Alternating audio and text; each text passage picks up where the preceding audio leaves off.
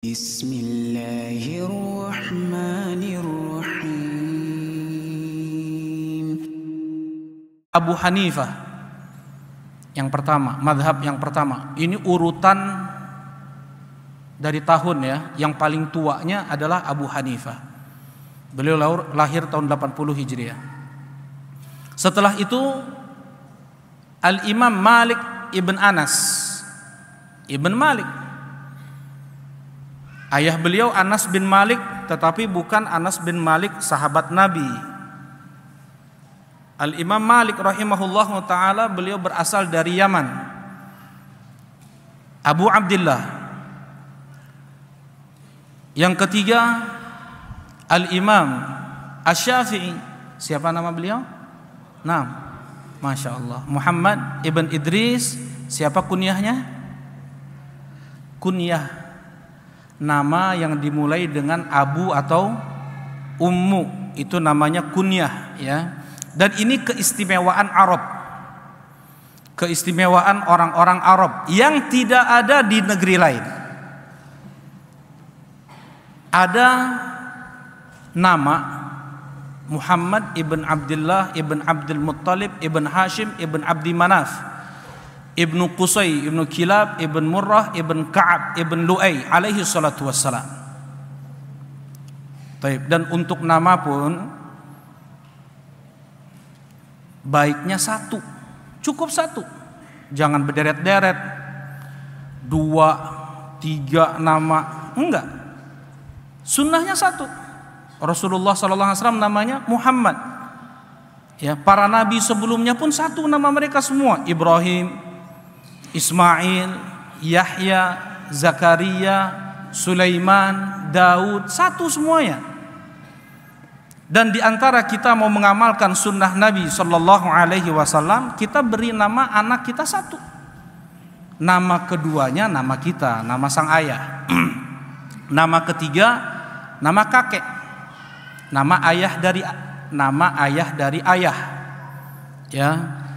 Nah, seperti inilah seharusnya seseorang memberi nama untuk anaknya. Karena mereka para nabi demikian, Rasulullah pun demikian. Rasulullah ketika memberi nama untuk putra beliau, ketika memberi nama untuk anak-anak sahabat beliau pun hanya satu. Ada yang Rasulullah beri nama Abdullah, ada yang Rasulullah beri nama Ibrahim. Ya. Untuk anak sahabat-sahabat beliau, untuk anak beliau sendiri pun Abdullah, Ibrahim. Untuk nama keduanya adalah nama sang ayah ya. Rasulullah, Allah Subhanahu wa taala berfirman, laqad kana lakum fi rasulillahi uswah hasanah. Seseorang yang hanya memberi nama anaknya dengan satu, nama kedua nama ayahnya, nama dia ya, nama si bapak, berpahala. Mana dalilnya? Laqad kana lakum fi rasulillahi uswatun hasanah. Ya. Terlebih di saat manusia mengubur sunnah ini. Ketika seseorang menghidupkan sunnah yang orang-orang sudah mulai melupakannya, maka pahalanya jauh lebih besar di saat orang-orang sudah mengamalkannya. Di sana ada ihya sunnah, menghidupkan sunnah Nabi Sallallahu Alaihi Wasallam yang banyak sudah dilupakan oleh kaum muslimin. Ya, ini satu. Jadi yang perlu diperhatikan adalah pemberian nama untuk anak cukup satu, jangan berderet-deret. Nama yang sudah takdir Allah ya sudah, terima aja. Untuk yang berikutnya kita berusaha untuk perbaiki. Kemudian boleh dikasih nisbat ya, dia dari mana misalnya, atau kakek kelimanya siapa. Nama kakek kelimanya Umar, dia buat Al-Umari misalnya, buat suku. Yang pertama, yang kedua berkunyah, memakai kunyah. Kunyah adalah nama yang dimulai dengan Abu atau Ummu. Rasulullah sallallahu alaihi wasallam siapa kunyah beliau? Abul Qasim. Siapa lagi? Ada dua kunyah Rasulullah. Apa Zidan? Abu Ibrahim. Ketika lahir putra terakhir Nabi sallallahu alaihi wasallam, dari siapa? Putra terakhir Nabi sallallahu alaihi wasallam lahir dari siapa? Siapa umminya? Siapa? Maria Al-Qibtiyah, budak Nabi sallallahu alaihi wasallam. Beliau beri nama Ibrahim. Samaituhu bismi abi Ibrahim. Aku berikan nama untuk putraku sama dengan nama ayahku Ibrahim. Nabiullah Ibrahim maksudnya. Nah, sejak itu Rasulullah sallallahu alaihi wasallam kemudian bersabda, "Wa kannanillah bi abi Ibrahim." Dan Allah memberikan aku kunyah setelah itu dengan Abu Ibrahim. Ya, tapi tidak berselang lama wafat juga Rasulullah sallallahu alaihi wasallam. Ya, tidak lama setelah meninggalnya Ibrahim tahun 10 Hijriah, ya, tidak sampai bertahun-tahun, setahun mungkin paling lama, meninggal jugalah Rasulullah sallallahu alaihi wasallam. Nah, kita mempunyai kunyah mencontoh Nabi sallallahu alaihi wasallam.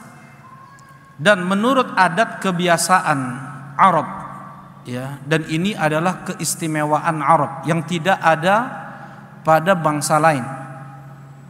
Mempunyai kunyah, bentuk memuliakan, memuji saudaranya dengan memanggil kunyah, tidak dipanggil nama, ya, tetapi ya Aba Abdillah misalnya, wahai Abu Abdillah, wahai Abu Umar, ya Aba Umar. Dan kunyah itu biasanya diambil dari anak laki-laki pertama. Anak pertamanya perempuan, bukan dengan itu dia berkunyah. Anak keduanya baru laki-laki. Nah, dengan nama anak laki-laki pertama itulah dia berkunyah. Ya, ketika Rasulullah sallallahu alaihi wasallam dipanggil dengan kunyah, itu jarang disebutkan ya Nabi Allah atau ya Nabi Abul Qasim, enggak ada. Ya, karena langsung saja mereka mengatakan ya Abul Qasim. Karena kunyah itu sudah memuliakan, sudah menyanjung. Dan demikianlah ketika dulu ana dengar mereka para ikhwah ketika memanggil syekh, hilang kalimat syekhnya. Misalnya Syekh Mukbil, ketika dipanggil Syekh Mukbil, hilang syekhnya apabila disebut kunyah beliau, ya Aba Abdurrahman. Ya, hilang, tidak disebut ya Syekh Abu Abdurrahman, enggak ada seperti itu. Karena dengan menyebut kunyah sudah apa? Sudah memuliakan, sudah menyanjung. Dan sesama memanggil dengan kunyah masuk dalam hadis Nabi sallallahu alaihi wasallam. Ya, kita memuliakan yang lebih tua dan kita menyayangi yang lebih muda. Laisa minna man lam yukrim kabirana wa lam yarham saghirana. Tidak termasuk dari golongan kami dia yang tidak memuliakan orang yang lebih tua dari kami dan dia yang tidak menyayangi orang yang lebih muda dari kami. Rasulullah sallallahu alaihi wasallam bahkan untuk menghibur seorang anak yang fatim. Apa itu fatim? Apa arti Fatimah? Apa arti Fatimah? Karena banyak nama anak Fatimah, ya. Apa artinya ya Aba Abdillah? Ya, Masya Allah, Pak Ance udah jawab tuh, luar biasa Pak Ance. Baik, yang baru disapih, ya, Fatimah itu anak perempuan yang disapih, yang baru lepas dari ASI. Nah, ada anak laki-laki namanya, jadi istilahnya Fatim, ya, Fatim yang baru disapih. Adik Anas bin Malik baru disapih, mati burung peliharaannya. Rasulullah SAW menghibur anak kecil tersebut, baru berumur 2 tahun 3 tahun. Rasulullah panggil ya Aba Umair, ma fa'alan Nughair. Wahai Abu Umair, apa yang terjadi pada Nughair? Bentuk kasih sayang, bentuk Rasulullah membesarkan hati untuk anak kecil dengan memanggil ke anak tersebut dengan kunyah. Jelas ini ya. Dengan itu memanggil seseorang dengan kunyah bentuk memuliakan yang lebih tua dan bentuk menyayangi yang lebih muda. Berpahala enggak? Berpahala. Mana dalilnya? Laqad kana lakum fi Rasulillahi uswatun hasanah. Ya. Nah, ini pembahasannya dalam ilmu usul fikih. Apakah perkara-perkara jibili bisa mendapatkan di sana pahala apabila diniatkan mengambil tauladan dari Nabi atau panutan tauladan dari Nabi sallallahu alaihi wasallam. Baik. Ini madhab yang ketiga, Al-Imam Syafi'i. Kunyah beliau siapa? Abu Abdullah. Kemudian yang ketiga, yang keempat Ahmad ibn Muhammad ibn Hanbal Asy-Syaibani, Abu Abdullah. Ya. Nah, yang dikenal dengan a'immatul madzahib, imam madhab yang empat, semuanya satu akidah, semuanya satu akidah. Akidah adalah pembeda antara muslim dan kafir, pembeda antara ahlu sunnah dengan selain mereka. Karena itu penting atau wajib bagi kita untuk belajar akidah ahlus sunnah wal jamaah. Mau yang bermadhab dengan madhab Abi Hanifah, mau yang bermadhab dengan madhab Malik bin Anas, mau yang bermadhab dengan madhab Syafi'i, mau yang bermadhab dengan madhab Hambali, semuanya sama. Ya, taib. Ini misalnya yang bermadhab dengan madhab Hanafi adalah Al-Imam At-Tahawi. Nama akidahnya Al-Aqidah At-Tahawiyah. Yang bermadhab dengan madhab Syafi'i adalah Aqidatus Salaf Ashabil Hadis, yang ditulis oleh As-Sabuni, Abu Utsman As-Sabuni, yang hidup tahun 300-an Hijriah. Yang ditulis dengan madhab Ahmad ibn Hanbal, yang madhab Hambali banyak sekali, seperti Al-Aqidah Al-Wasitiyah, Lum'atul I'tiqad, Al-Hamawiyah, Tadmuriyah, dan yang lainnya. Ya. Berbeda dengan kebanyakan pengikut madhab Hanafi. Kebanyakan pengikut madhab Hanafi dalam akidah adalah Mu'tazilah. Ya, kemudian yang banyaknya sekarang ini yang bermadhab dengan madhab Hanafi, akidahnya apa? Mu'tazilah. Yang bermadhab dengan madhab Maliki, akidahnya adalah Karramiyah. Yang bermadhab dengan madhab Syafi'i, kebanyakannya adalah Asy'ariyah. Yang bermadhab dengan madhab Hambali, mereka di atas sunnah Nabi Sallallahu Alaihi Wasallam. Nah, jadi kita kembali, ya.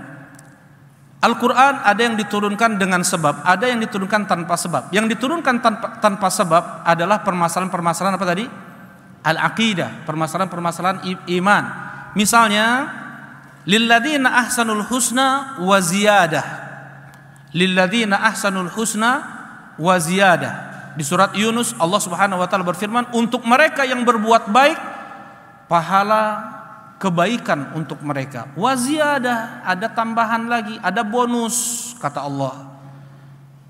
Apa bonus itu? Rasulullah sallallahu alaihi wasallam menafsirkan an-nazar ila wajhillahil karim, melihat wajah Allah yang mulia, yang agung ketika nanti di surga. Tambahan untuk para penghuni surga. Ketika para penghuni surga sudah masuk ke dalam surga, Allah Subhanahu wa taala menawarkan untuk mereka kenikmatan yang lebih dari apa yang mereka rasakan saat itu. Mereka berkata, ya Allah, alam tubayyid wujuhana. Bukankah engkau sudah memberikan cahaya kepada wajah-wajah kami? Engkau sudah selamatkan kami dari neraka, dan engkau sudah masukkan kami ke dalam surga, dan engkau telah berikan untuk kami kenikmatan-kenikmatan surga ini. Adakah nikmat yang lebih daripada ini? Kemudian Allah Subhanahu wa taala menyingkap hijab Hijab antara Allah dengan makhluknya adalah nur, cahaya. Wa hijabuhu nur. Dan hijab Allah adalah nur, cahaya. Ketika disingkap hijab, mereka melihat Allah Subhanahu wa ta'ala, nikmat paling puncak yang dirasakan oleh penghuni surga. Di dunia, seorang mukmin, seorang muhsin, dia merasakan kenikmatan yang paling puncak adalah anta'budallah ka'annaka tarahu. Engkau beribadah kepada Allah seakan-akan engkau melihat Allah. Inilah ibadah atau kepuasan, nikmat yang paling puncak yang Allah berikan untuk mereka yang hidup di dunia ini, yaitu beribadah seakan-akan mereka melihat Allah. Bukan mereka membayangkan seperti apa Allah, haram hukumnya. Mana dalilnya? Siapa yang bisa menyebutkan 7 dalil? Enggak ada hadiahnya, benar ya?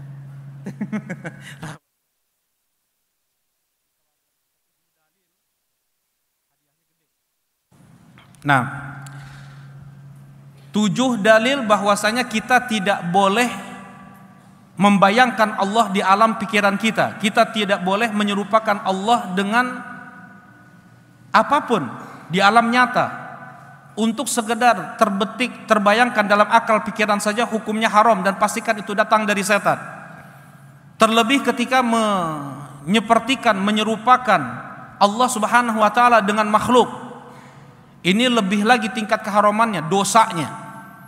Ada 7 dalil lebih sebenarnya di dalam Al-Quran, tapi cukup 7 saja. Siapa yang bisa menyebutkan? Siapa tadi? Ada yang mau coba? Insyaallah, jazakallahu khair. Ada hadiahnya.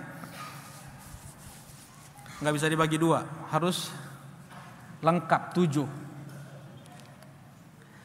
Ada yang mau coba? Nah, di sini yang enggak ada, yang dari Baitul Muttaqin tadi siang. Ba'da Jumatan kita belajar akidah wasitiyah, enggak ada satupun guru Baitul Muttaqin. Nah, silakan Pak Agus. Laisa kamitslihi syai'un wa huwas samiul basir. Allah tidak seperti sesuatu apapun, yang pertama. Yang kedua, walam yakul lahu kufuwan ahad. Tidak ada yang sekufu dengan Allah, tidak ada yang semisal dengan Allah. Yang ketiga, baru 2 nih Pak Agus. Nah, ayo silakan. Enggak ada guru-guru Baitul Muttaqin sini ya. Nah, taib. Ya, coba siapa lagi yang mau jawab? Aba Rafiq mau coba? Taib. Siapa yang mau coba? Silakan. Yang sering Anda sampaikan 5. Taib, ditulis ya. Aba Ubay. Taib, coba. Yang pertama, laisa kamitslihi syai' wa huwas samiul basir. Allah tidak seperti sesuatu apapun. Yang pertama. Yang kedua, walam yakul lahu kufuwan ahad. Nah, yang ketiga, ya, hal ta'lamu lahu samia. Hal ta'lamu lahu samia. Tidak ada yang sama dengan Allah. Lanjut. Fala taj'alu lillahi andada. Jangan kalian datangkan tandingan untuk Allah. Wala yuhituna bihi ilma. Manusia tidak bisa menjangkau seperti apa zat dan sifat Allah Subhanahu wa taala. Ini yang sering Anda sampaikan, 5 ini. Kemudian fala tadribu lillahil amsal. Jangan kalian buat permisalan-permisalan terhadap Allah. Yang ketujuh, nah, wa antaqulu 'alallahi ma la ta'lamun. Dan kau berbicara tentang Allah tanpa ilmu. Bisa 7 ini sekarang dapat hadiah juga nih. Tafadhal. Ini penting. Ini manhaj, ini akidah, ini tauhid. Dalam kita beriman kepada Allah Subhanahu wa taala, tidak boleh kita serupakan Allah dengan makhluk. Tidak boleh kita bahkan membayangkan Allah di alam pikiran kita. persamaan sifat Allah dengan makhluk hanya pada nama umum. Namanya sama-sama tangan. Bal yadahu mabsutatan, dua tangan Allah terbentang. Ya iblis, ma mana'aka an tasjuda lima khalaqtu biyadai. Wahai iblis, apa yang menahanmu untuk sujud kepada Adam yang aku ciptakan dengan kedua tanganku? Persamaan hanya pada nama umum. Sama-sama namanya tangan. Untuk hakikat berbeda. Untuk hakikat berbeda. Sering Anda contohkan misalnya kaki semut, kaki gajah, kaki singa, kaki manusia, kaki meja, kaki mobil. Semua itu hanya persamaan hanya pada nama umum, untuk hakikat berbeda. Jangankan antar makhluk, jangankan antara makhluk dengan Allah Al-Khaliq, antar makhluk saja berbeda. Ya. Allah Subhanahu wa taala berfirman dalam hadits qudsi, a'dadtu li'ibadiyas shalihin ma la 'ainun ra'at wa la udhunun sami'at wa la khatara 'ala qalbi bashar. Aku telah persiapkan untuk hamba-hambaku yang soleh di surga apa-apa yang belum pernah terdengar oleh telinga, apa-apa yang belum pernah terlihat oleh mata, apa-apa yang belum pernah terbayangkan oleh hati. Padahal Allah Subhanahu wa taala sebutkan dalam Al-Qur'an, di surga itu ada susu, ada madu, ada khamr, ada kurma, ada delima, ada anggur. Persamaan hanya pada nama umum. Anggur surga dengan anggur dunia persamaan hanya pada nama umum. Belum pernah terlihat oleh mata manusia, belum pernah terdengar oleh telinga manusia, bahkan tidak bisa diimajinasikan, dibayangkan oleh siapapun manusia. Ya, ini antar makhluk. Bagaimana antara makhluk dengan Khaliq? Nah, karena itu ketika terbesit dalam hati, ini setan bermain ya. Mereka ini liar dalam tubuh kita. Di mana ada pembuluh darah, di sana ada setan merajalela di tubuh kita. Di mana ada pembuluh darah, seluruh tubuh kita ini ada pembuluh darah, kecuali mungkin lensa mata kita, kuku kita, rambut kita, itu aja yang enggak ada. Yang lainnya, inna syaitana yajri min ibni adam majrad dam. Sesungguhnya setan itu mengalir di tubuh manusia di mana ada pembuluh darah. Setan memberikan syubhat, waswasah, bisikan-bisikan yang membuat seseorang murtad dari Islam. Di antaranya dari sisi ini. Nah, bagaimana kita bisa kuat untuk membantah setan? Karena jihad kedua setelah jihadun nafs, setelah jihad melawan hawa nafsu adalah jihadul syaitan. Jihad ada 4. Yang pertama adalah jihadun nafs, jihadul akbar, jihad yang paling besar. Jihad melawan hawa nafsu itu dengan iman. Dengan iman kita bisa menahan diri untuk tidak minum khamar, untuk tidak berjudi, untuk tidak buat riba, untuk tidak durhaka kepada orang tua. Itu dengan iman kita bisa menunaikan salat, zakat, puasa, haji, bahkan jihad fi sabilillah. Itu dengan iman. Setelah dikalahkan dulu an-nafs, innan nafsa la ammaratun bisu, sesungguhnya jiwa itu selalu menyuruh seseorang untuk berbuat su, untuk berbuat jahat. Nah, ditahan itu semua dan ditaklukkan hawa nafsu untuk kita bisa menunaikan apa yang diperintahkan oleh Allah Subhanahu wa taala. Yang pertama. Kemudian yang kedua adalah jihadus syaitan. Dengan apa kita memerangi syaitan? Dengan al-ilm, dengan ilmu tadi yang Anda sampaikan. Ya.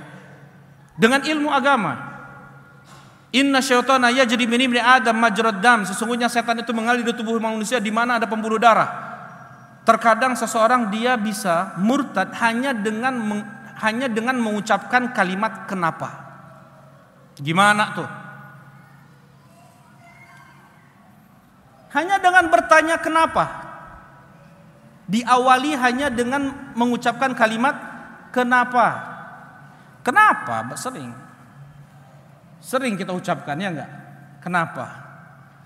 Tapi dengan kalimat kaif tersebut, kalimat kenapa tersebut, seseorang bisa kemudian dia murtad.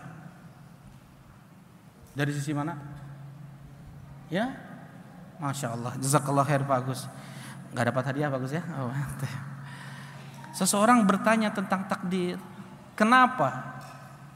Kenapa si fulan Allah berikan umur panjang. Kenapa yang lain, kenapa si fulan ini enggak? Dia masih muda, dia masih kecil, masih remaja, kenapa sudah diwafatkan oleh Allah?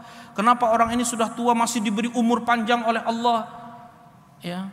Kenapa orang ini diberi kekayaan? Kenapa orang ini dikurangi hartanya? Kenapa?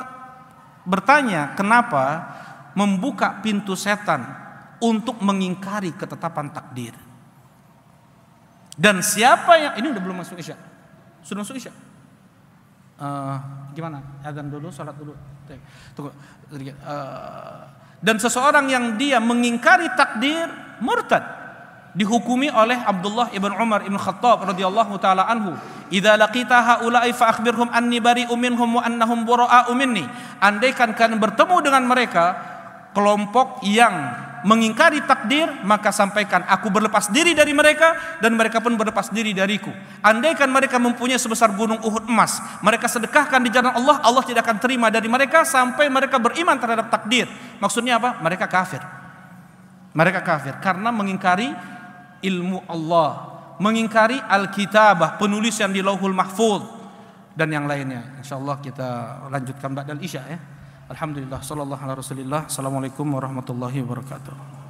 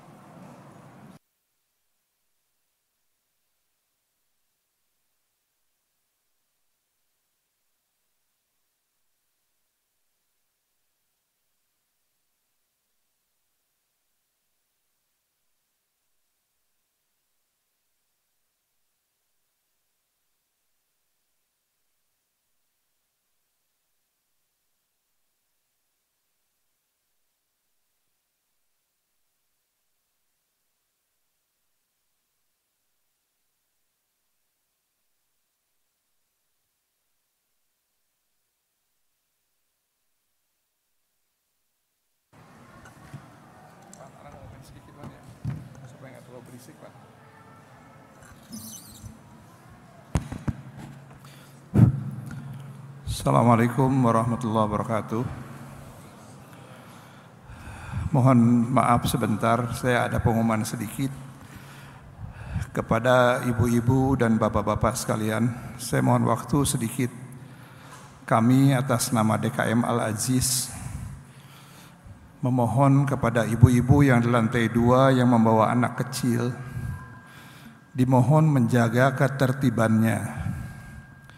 Karena pada saat anak-anaknya tidak tertib, mengganggu ibu-ibu lain yang serius, yang sedang mendengarkan kajian, yang mencari ilmu. Tolong ibu-ibu yang membawa anak menertibkan anaknya, sehingga tidak mengganggu ibu-ibu lain yang tidak bawa anak dan serius mendengarkan kajian. Dan juga kepada bapak-bapak yang di lantai 1 pun sama, kalau bawa anak tolong dijaga ketertibannya.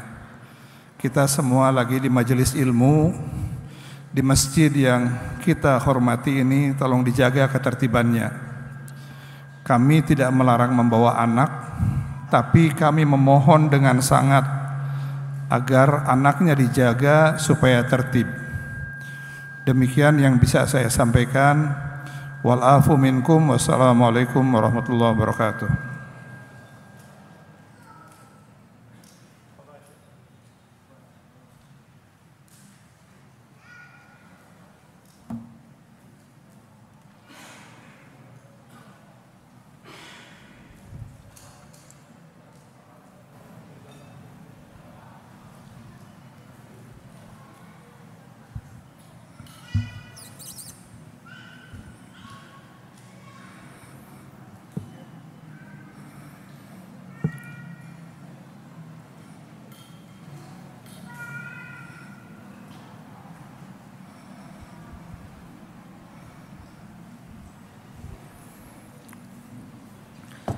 Bismillahirrahmanirrahim. Assalamualaikum warahmatullahi wabarakatuh. Alhamdulillah wassalatu wassalamu ala Rasulillah. Amma ba'd. Nah, kita melanjutkan.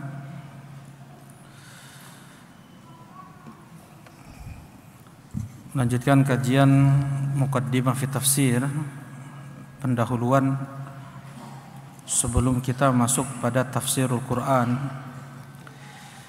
Nah, tadi disampaikan bahwasanya Al-Quran ada yang turun karena sebab, ada yang tanpa sebab. Yang turun tanpa sebab jauh lebih banyak daripada yang turun dengan sebab. Yang turun tanpa sebab kebanyakan tentang perkara-perkara akidah, tentang perkara iman, nah, dan kewajiban-kewajiban yang harus ditunaikan oleh seorang muslim. Tapi untuk tadi misalnya dalil tentang takdir, Allah Subhanahu wa taala berfirman, "Alam ta'lam annallaha ya'lamu ma fis sama'i wal ard, inna dzalika fi kitab, inna dzalika 'alallahi yasir." Apakah engkau tidak tahu bahwasanya Allah Subhanahu wa taala mengilmui semua yang ada di langit, semua yang ada di bumi, dan itu sudah termaktub di dalam kitab Lauhul Mahfuz. Dan itu mudah bagi Allah Subhanahu wa taala. Baik. Nah, ini tentang pembagian Al-Quran, ada yang turun karena sebab, ada yang tanpa sebab. Kemudian, apa faidah kita mengetahui asbabun nuzul? Yang pertama, faidah yang pertama, terang jelas bagi kita bahwasanya Al-Quran ini turunnya dari Allah, bukan ijtihad dari Nabi Muhammad sallallahu alaihi wasallam. Karena ketika Rasulullah sallallahu alaihi wasallam sempat ditanya tentang sesuatu, Rasulullah sallallahu alaihi wasallam belum ada wahyu yang sampai kepada beliau. Beliau diam, beliau tidak menjawab, seperti yang disampaikan pada pekan lalu, yaitu tentang kisah mula'anah, ya. Mula'anah, ketika seorang suami dia mendapati istrinya selingkuh, berzina. Rasulullah sallallahu alaihi wasallam beliau tidak menjawab sampai beberapa hari kemudian. Barulah Rasulullah sallallahu alaihi wasallam mengatakan, siapa yang bertanya tentang seorang suami yang dia mendapatkan istrinya selingkuh? Aku, ya Rasulullah. Kemudian disampaikanlah ayat tentang itu. Nah, di sini menunjukkan Al-Quran itu turun dari Allah, bukan buatan Rasulullah sallallahu alaihi wasallam. Ya, demikian juga kisah Rasulullah sallallahu alaihi wasallam ditanya tentang roh. Rasulullah terdiam. Kemudian turun wahyu di saat itu juga. Ya. Barulah Rasulullah sallallahu alaihi wasallam menyampaikan wahyu tersebut kepada orang-orang Yahudi yang bertanya tentang ruh. Yang kedua, ya, faidah kita mengetahui asbabun nuzul adalah bentuk pembelaan Allah Subhanahu wa taala kepada Nabi sallallahu alaihi wasallam. Allah Subhanahu wa taala berfirman di surat Al-Furqan ayat 32, "Wa qala alladziina kafaru laula nuzzila 'alaihi al-Qur'an jumlatan wahidah." Berkata orang-orang kafir, kalaulah Al-Qur'an itu diturunkan langsung seluruhnya, kadzalika linutsabbita bihi fuadak. Demikianlah kami turunkan Al-Quran itu bertahap, ya Muhammad, agar kami mengokohkan hatimu. Ya, jadi untuk mengokohkan Nabi sallallahu alaihi wasallam, untuk membela Rasulullah sallallahu alaihi wasallam ketika orang-orang munafik menyebarkan berita dusta tentang Aisyah radhiyallahu taala anha berzina dengan Safwan. Ya, ini disebarkan oleh orang-orang munafikin pada saat itu. Allah Subhanahu wa taala menurunkan pembelaannya dengan 10 ayat di surat An-Nur. Nah, disinilah kita tahu bagaimana kita mengetahui asbabun nuzul sebagai bentuk pembelaan Allah Subhanahu wa taala kepada nabinya. Ya. Bagaimana Allah Subhanahu wa taala dengan ayat tersebut memuliakan atau membela Nabi sallallahu alaihi wasallam dan memuliakan Aisyah radhiyallahu taala anha dengan turunnya 10 ayat tersebut di surat An-Nur. Aisyah radhiyallahu taala anha dijuluki dengan Siddiqah, bintu Siddiq. Kalau Abu Bakar kan As-Siddiq, ya. Nah, Aisyah radhiyallahu taala anha, beliau kemudian dijuluki dengan As-Siddiqah karena pembelaan Allah khusus kepada beliau. Menangis Aisyah radhiyallahu taala anha sampai Allah membela beliau. Ya, pertama menangis karena sedih. Ya, kedua menangis karena terharu. Allah Subhanahu wa taala yang langsung menurunkan pembelaannya, dan ini dibaca sampai hari kiamat. Yang kedua. Yang ketiga adalah bentuk kelapangan yang Allah Subhanahu wa taala berikan kepada kaum mukminin di saat mereka sedang gundah.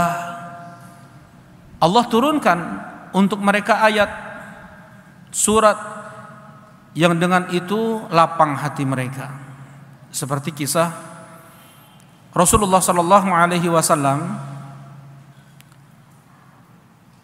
safar dengan sahabat-sahabat beliau. Aisyah ikut. Ya, Aisyah ikut.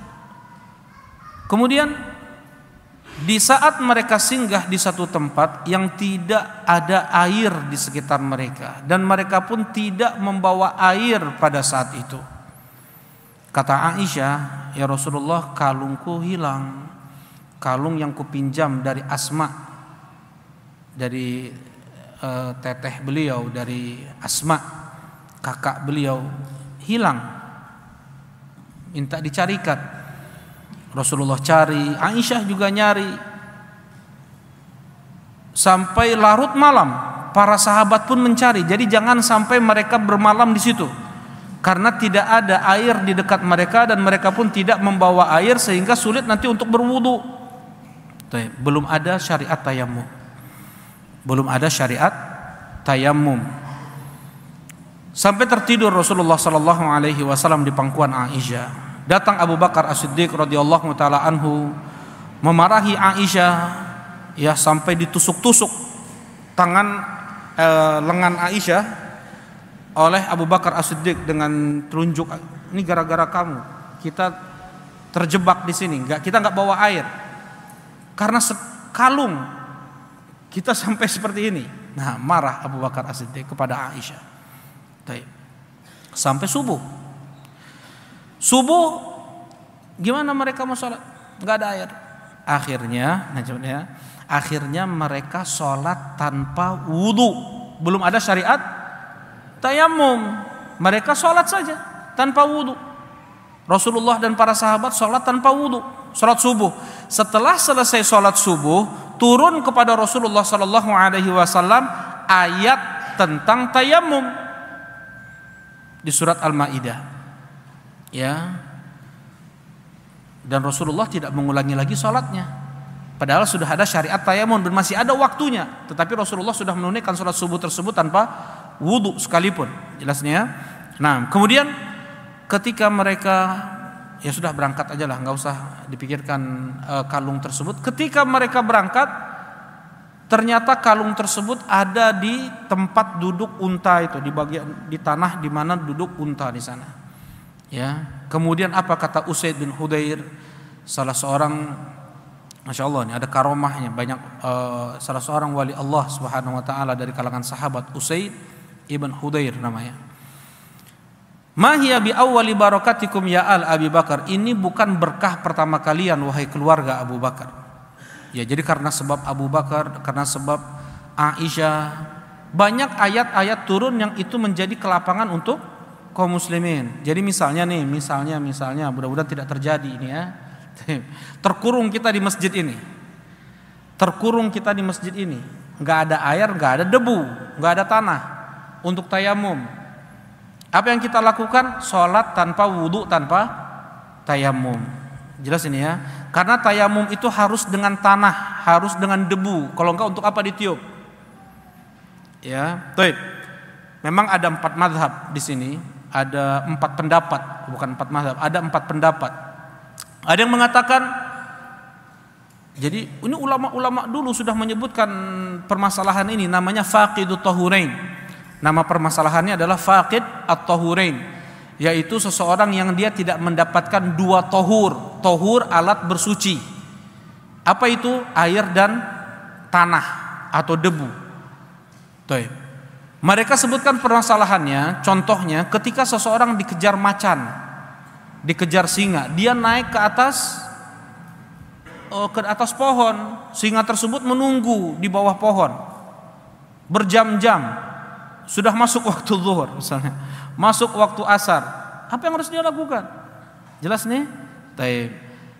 Apa yang harus dilakukan? Salat tanpa wudu, tanpa tayamum. Atau maslub, seseorang yang dia maslub, diikat, disalib, atau dia diborgol, misalnya di satu tiang. Misalnya lupa polisi salah tangkap. Misalnya lupa dia untuk membuka borgolnya, ya, sampai zuhur, asar, maghrib, dia terikat. Apa yang harus dia lakukan? Dia sholat saja tanpa wudu, tanpa tayamum. Seperti itu keadaannya. Baik.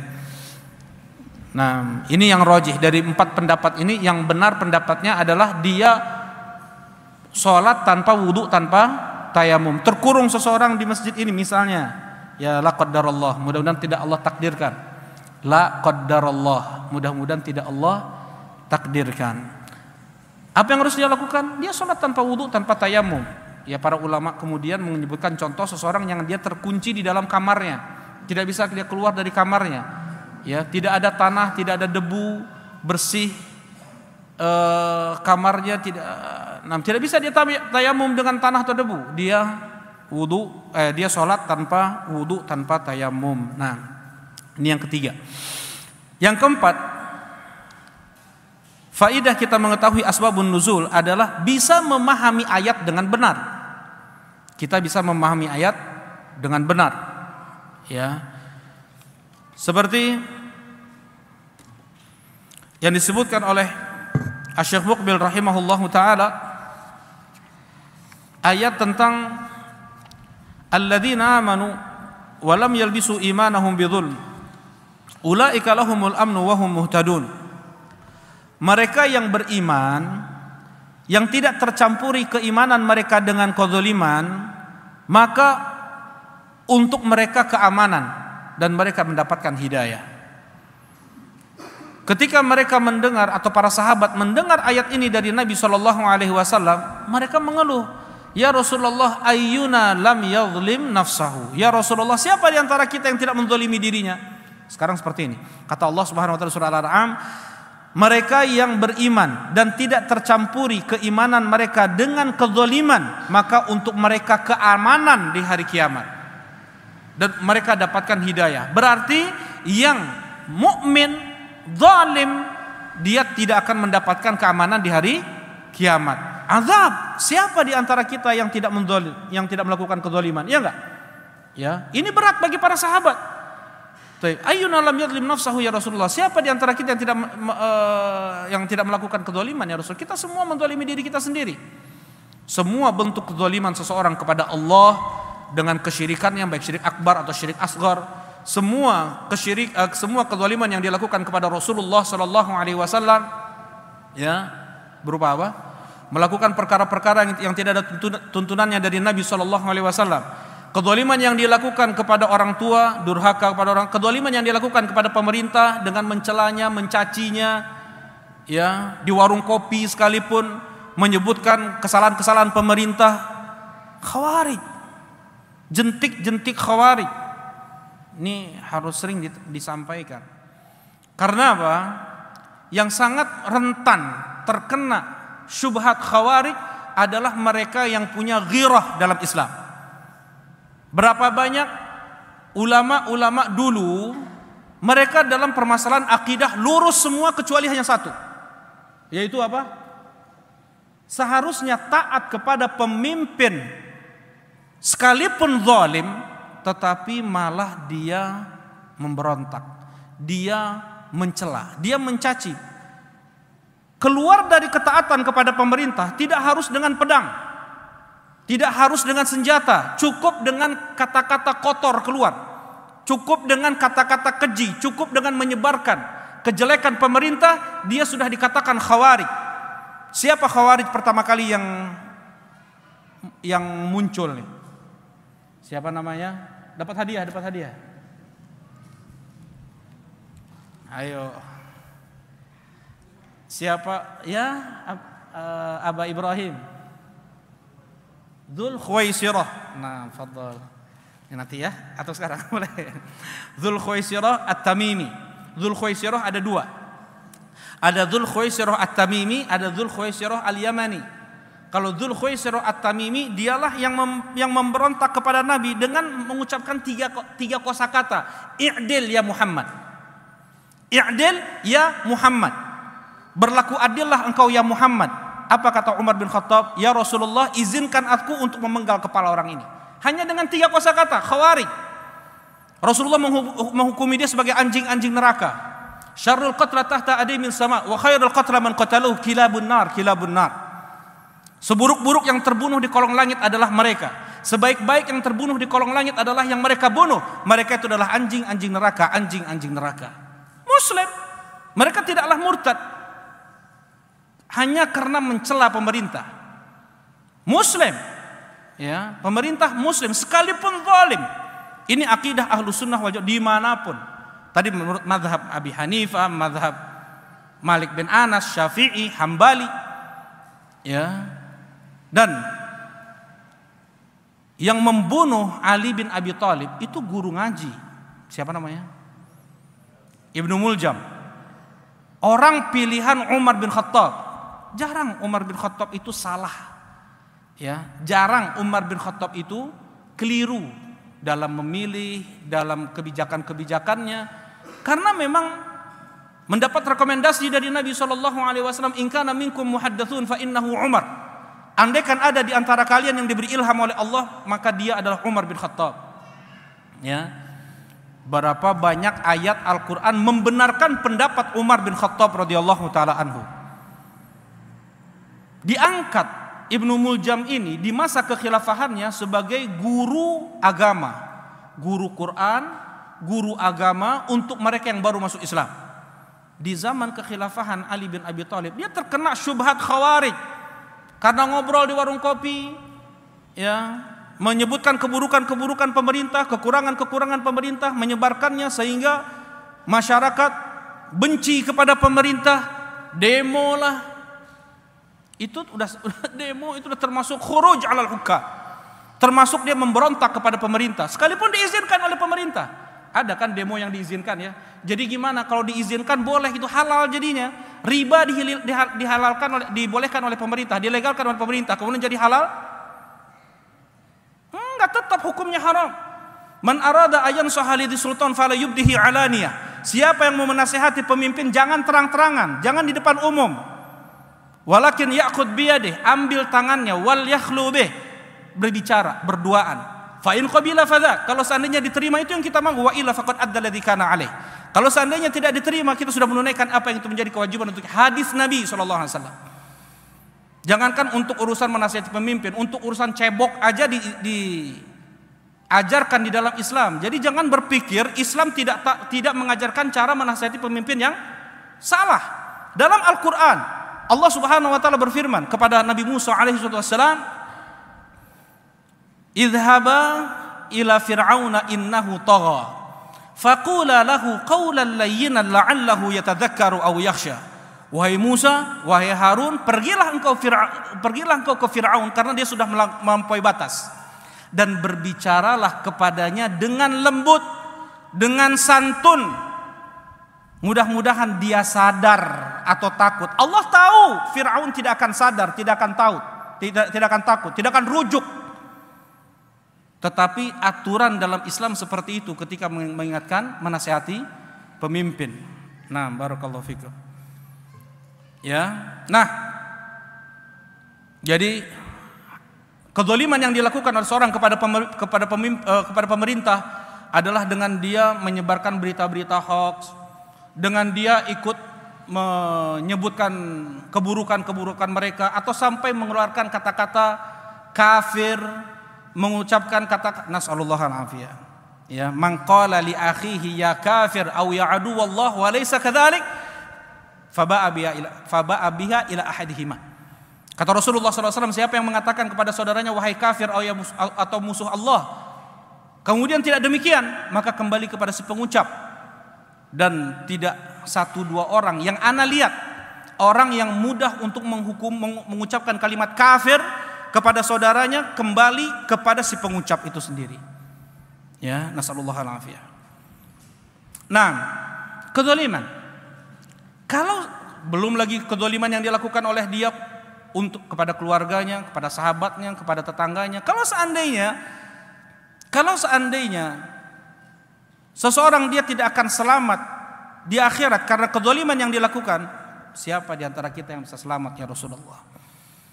Kemudian Rasulullah sallallahu alaihi wasallam mengatakan, innahu laisa kama tadhunnun. Itu bukan yang seperti kalian kira. Innama kama qala Luqman libnihi ya bunay la tusyrik billah innasyirka la dzulmun adzim. Itu bukan seperti yang kalian kira. Ya.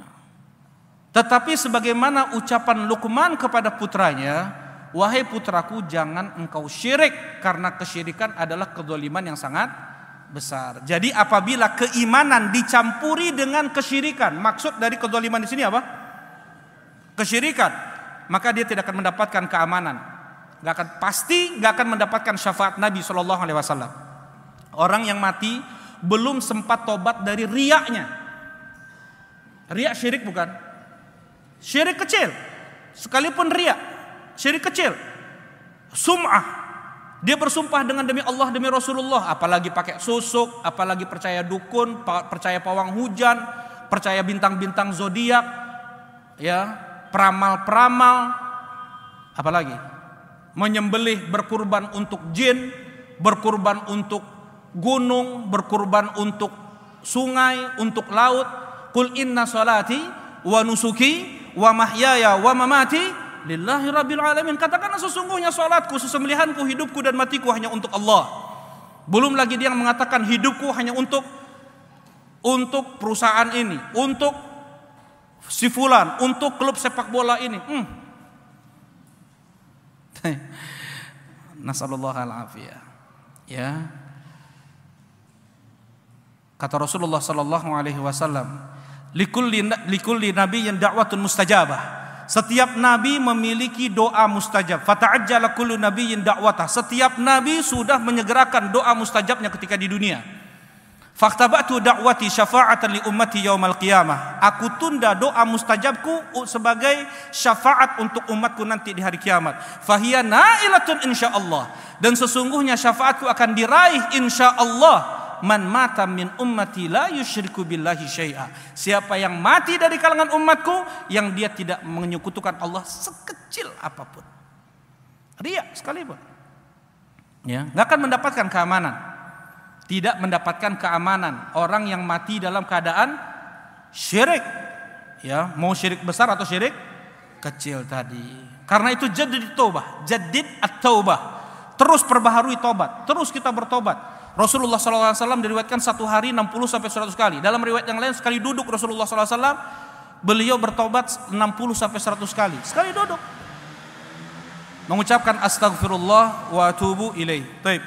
Nah ini maksudnya kita dengan mengetahui asbabun nuzul, kita tahu, kita bisa memahami dengan benar ayat Al-Qur'anul Karim, ya. Kemudian mungkin yang terakhir ya, sebelum pertanyaan, Umumul lafaz wa khususus sabab. Ya. Mungkin terjadi asbabun nuzul suatu kejadian, tetapi itu umum hukumnya, bukan hanya untuk kejadian itu saja. Ya, bisa jadi lafadznya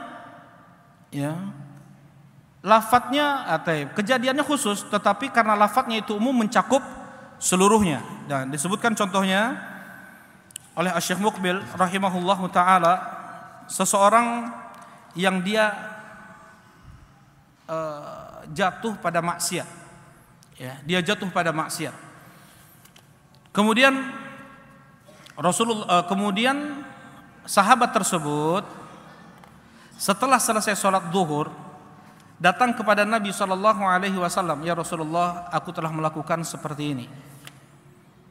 Kata Rasulullah SAW, asallaita ma'ana? Apakah engkau tadi sudah sholat zuhur bersama kami? Iya ya Rasulullah. Kemudian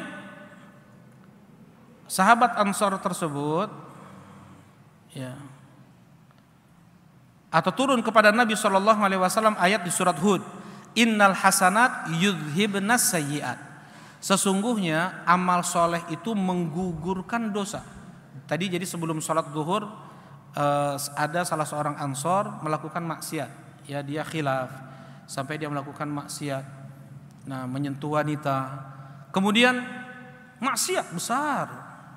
Ya, menyentuh wanita, salaman dengan lawan jenis, bukan mahram. Kata Rasulullah sallallahu alaihi wasallam, la ayyut'ana ra'su ahadikum bimikhyatin khairun lahu min an tamassal mar'ata la tahillulah. Kepala seseorang ditusuk dengan jarum besi itu lebih ringan daripada dia menyentuh wanita yang bukan mahram. Daripada dia menyentuh wanita yang bukan mahram. Iparnya kah? Sepupunya kah? Istri pamannya kah? Apalagi tetangga, apalagi teman kerja, apalagi orang gak jelas. Ya.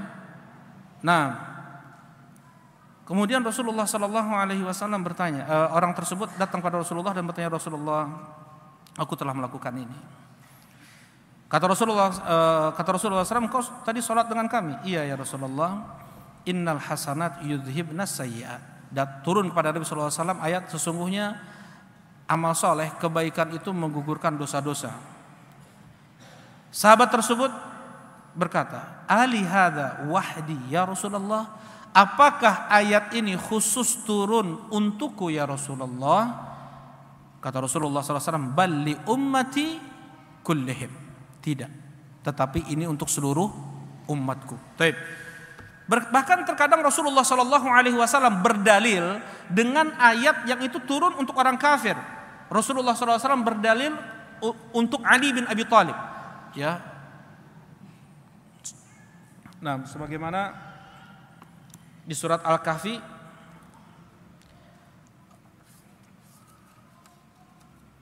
Allah Subhanahu wa taala berfirman di ayat ke-53, wa kanal insan aktsara syai'in jadala. Manusia itu, kalimat insan di dalam Al-Qur'an ini perlu diingat, kalau ditulis bagus. Kalimat al-insan di dalam Al-Qur'an kebanyakan untuk celaan. Ya. Kalau Allah menyebutkan kalimat al-insan di dalam Al-Qur'an itu kebanyakannya untuk celaan. Innal insana lafi khusr. Sesungguhnya seluruh manusia benar-benar dalam kerugian. Kemudian di sini wa kanal insan aktsara syai'in jadala. Sesungguhnya insan mereka yang paling banyak berjidal, mendebat. Ini untuk orang kafir nih. Ini untuk orang kafir. Ayat ini turunnya. Tetapi digunakan oleh Rasulullah sallallahu alaihi wasallam ketika beliau membangunkan Fatimah, membangunkan Ali untuk salat tahajud, untuk qiyamul lail. Ali bin Abi Thalib menjawab, ya Rasulullah, ruh kami sudah di tangan Allah. Kalau Allah mau, Allah bangunkan kita. Nah, Rasulullah SAW sambil menepuk paha beliau, sambil berpaling dan berkata, wa kanal insanu aktsara syai'in jadala. Ya, jadi maksudnya lafadznya itu umum untuk seluruh siapapun yang bisa kita pakai untuk beristidlal, berdalil. Baik, barakallahu fikum. Nah, sepertinya sampai sini dulu. Untuk berikutnya tentang pembagian surat atau ayat Makki wa Madani. Bismillah. Tafadhol. Mungkin ada yang mau ditanyakan, silakan. Hal min soal, tafadhol.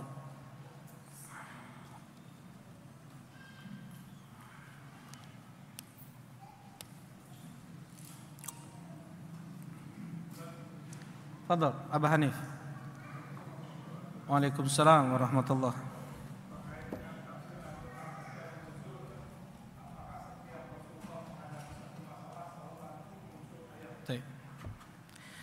Apakah berarti pertanyaannya nih, tadi disederhanakan, bagaimana apakah setiap ayat atau surat dalam Al-Qur'an ada asbabun nuzulnya gitu ya?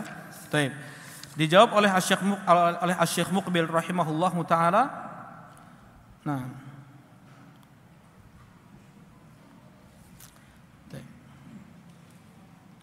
Minal Qur'an ma nazala li sababin wa minhu ma nazala ibtidaan. Di dalam Al-Qur'an ada yang turun dengan sebab, ada yang turun tanpa sebab. Tadi tentang permasalahan akidah, iman. Nah, wa inna ma dzakartu hadza li anna ba'dahum talabani fi dzati marrah an udzakkira lahu sabab akhar. Baik. Syekh menyebutkan ada kisah ketika beliau dengan seseorang, ya. Fahbabtu tambih ala hadza li alla yadun man lam yumaris sabab nuzul anna likulli ayat sabab. Aku ingin menyampaikan ini tadi yang di atas kisah beliau itu karena jangan sampai seseorang mengira bahwasanya semua ayat yang ada di dalam Al-Qur'an ini ada sebab nuzulnya. Jadi tidak. Ya, tidak semua ayat atau surat di dalam Al-Qur'an ada sebab nuzulnya. Bahkan justru kebanyakan Al-Qur'an itu turun ibtidaan. Jadi tidak ada sebab nuzulnya. Nah, barakallahu fikum. Fadhol, mungkin ada yang lain?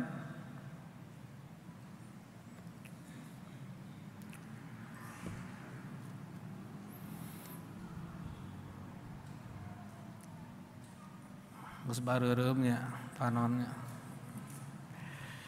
Taib, khair insyaallah. Oh ya, silakan. Mangga.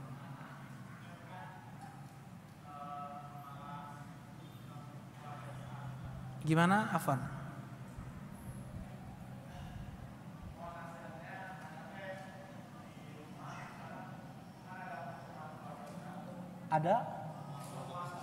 Ada keluarga besar, pertemuan keluarga besar.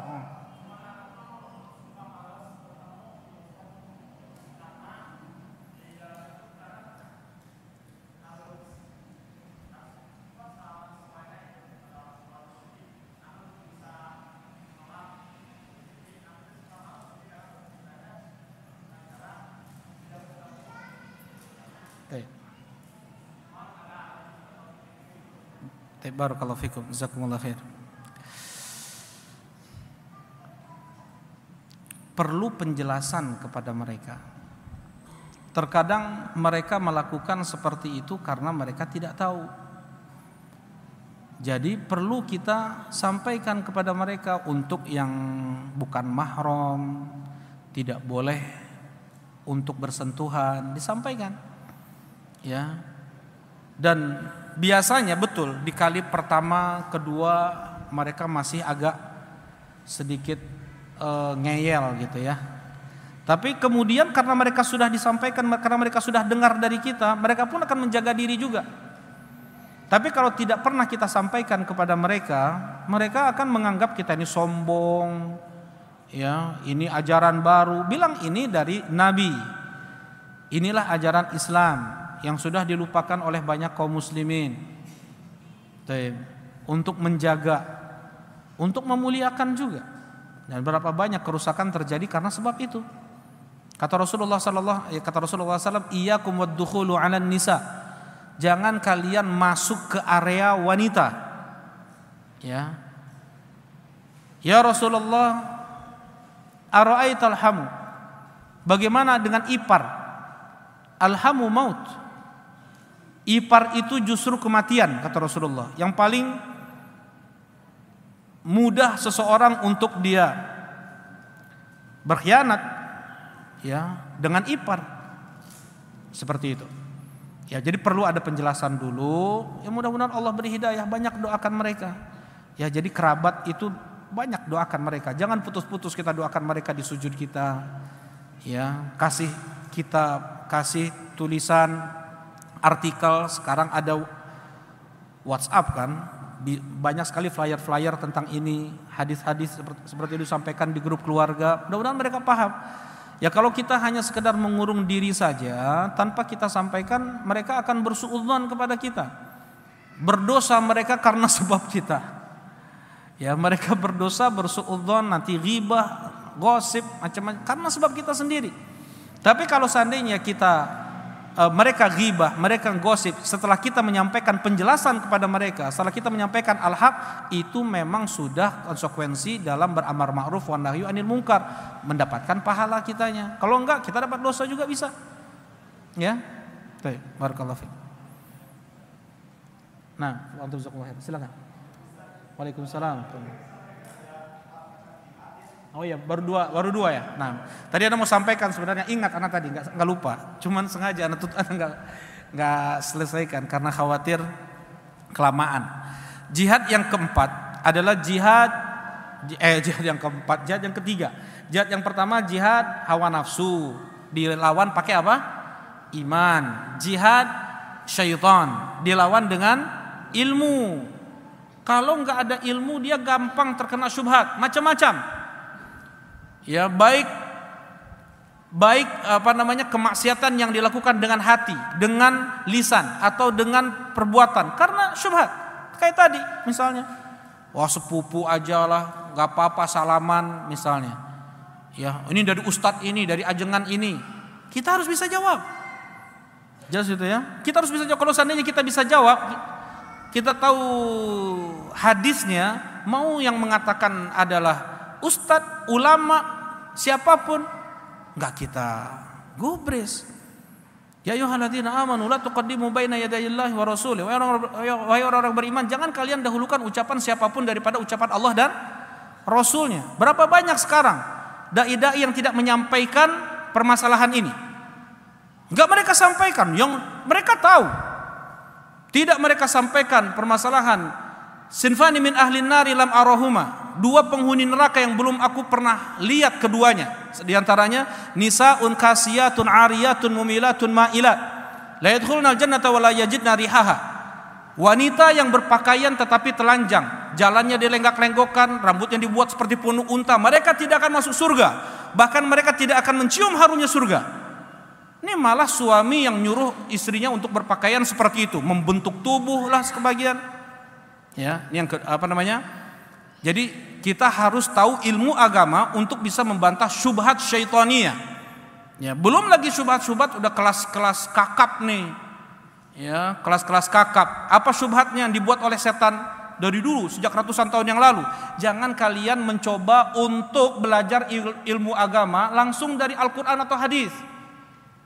Karena Al-Qur'an dan hadis itu hanya bisa dipahami oleh mujtahid mutlak. Dan mujtahid mutlak itu kriterianya ini Abu Bakar Umar aja nggak masuk. Jadi apa maksud mereka? Kumaha saur keterangan weh, tong naros dalil pamali, kumaha saur ajengan weh. Jelas itu?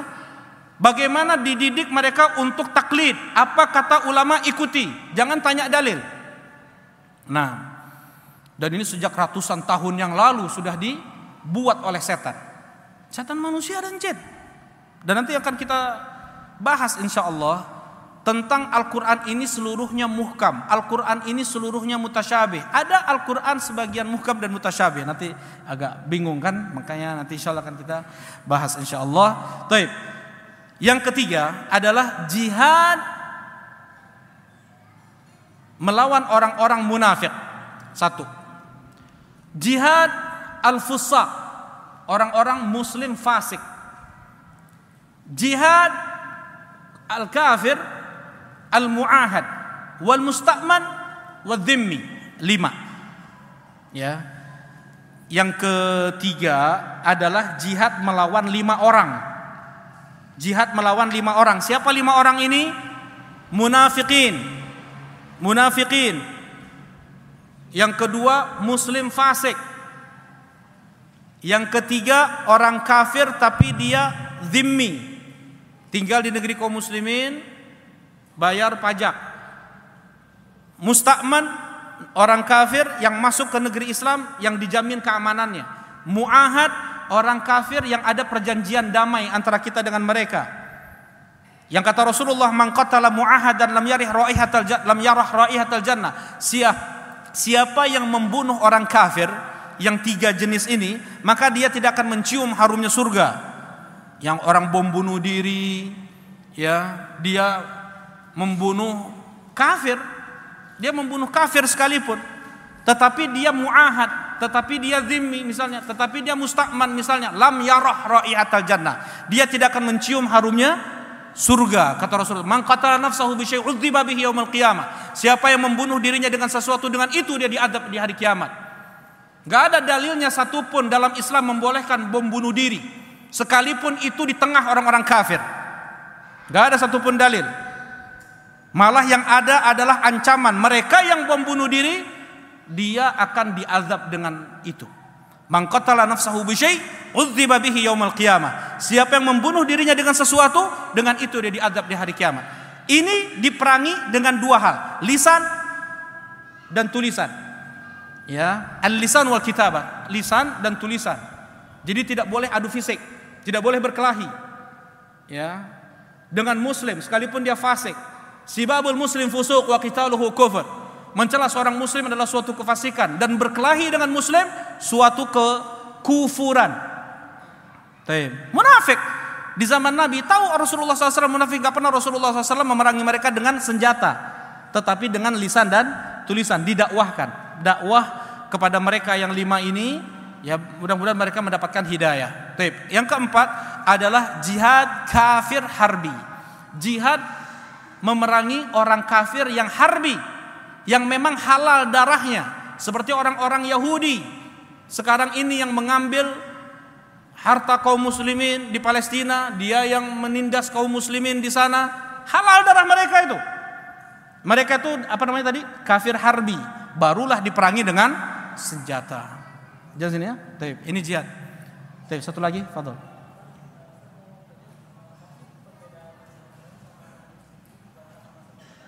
Nah, apa perbedaan antara Al-Quran dan hadis qudsi? Allah Subhanahu wa ta'ala yaf'alu ma yurid. Allah Subhanahu wa ta'ala melakukan apapun yang Allah mau. Allah memasukkan ke dalam Al-Quran dari kalamnya apa yang Allah kehendaki, dan Allah keluarkan dari Al-Quran yang itu termasuk dari kalamnya apa yang Allah kehendaki. Taurat, Zabur, Injil, bukankah itu juga kalamullah? Ya.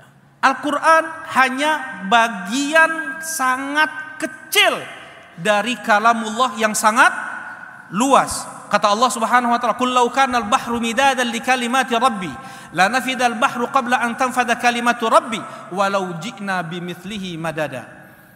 Andaikan lautan samudra yang ada di dunia sekarang ini, yang ada laut yang ada di dunia ini sekarang, kalau seandainya itu menjadi tinta untuk menulis kalamullah, la nafida, habis air laut tersebut untuk menulis ucapan-ucapan Allah yang belum habis lagi kalimat Allah untuk ditulis. Walau ji'na bimithlihi madada, andaikan kami datangkan berkali lipat lautan samudra untuk menulis kalimat Allah, enggak akan cukup-cukup. Dalam surat Luqman, sekalipun 7 kali lipat samudra lautan kami datangkan untuk menulis kalimat Allah, enggak akan cukup untuk menulis kalimat Allah. Jadi kalimat Allah itu apa? Sangat luas. Di antara yang sangat kecil itu adalah Al-Quranul Karim. Di antaranya Zabur, di antaranya Taurat, di antaranya Injil, di antaranya Suhuf Ibrahim, di antaranya hadis Qudsi. Ya. Allah memasukkan mana dari kalamnya yang itu bagian dari Al-Quran, ataukah itu Injil, ataukah itu Taurat, ataukah itu hadis Qudsi. Ya, yang semua kitab-kitab terdahulu haram bagi muslim sekarang ini untuk membacanya. Taurat, perjanjian lama, Injil, perjanjian baru, ataukah andaikan di sana ada Zabur, di sana ada suhuf Ibrahim? Kata Rasulullah sallallahu alaihi wasallam kepada Umar bin Khattab yang mau membaca Taurat, amutahawwikuna anta ya Umar? Apakah engkau merasa belum cukup wahai Umar dengan Al-Qur'an ini? Kau masih mencari-cari yang lain?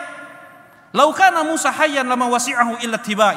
Andaikan Musa masih hidup sekarang, Nabi Musa masih hidup sekarang ini, dia tidak punya kelapangan kecuali menjadi pengikutku, muslim, menjalankan Al-Quran. Nabi Isa alaihi salatu wassalam ketika nanti turun di akhir zaman setelah membunuh Dajjal, beliau menjalankan syariat siapa? Apakah Injil?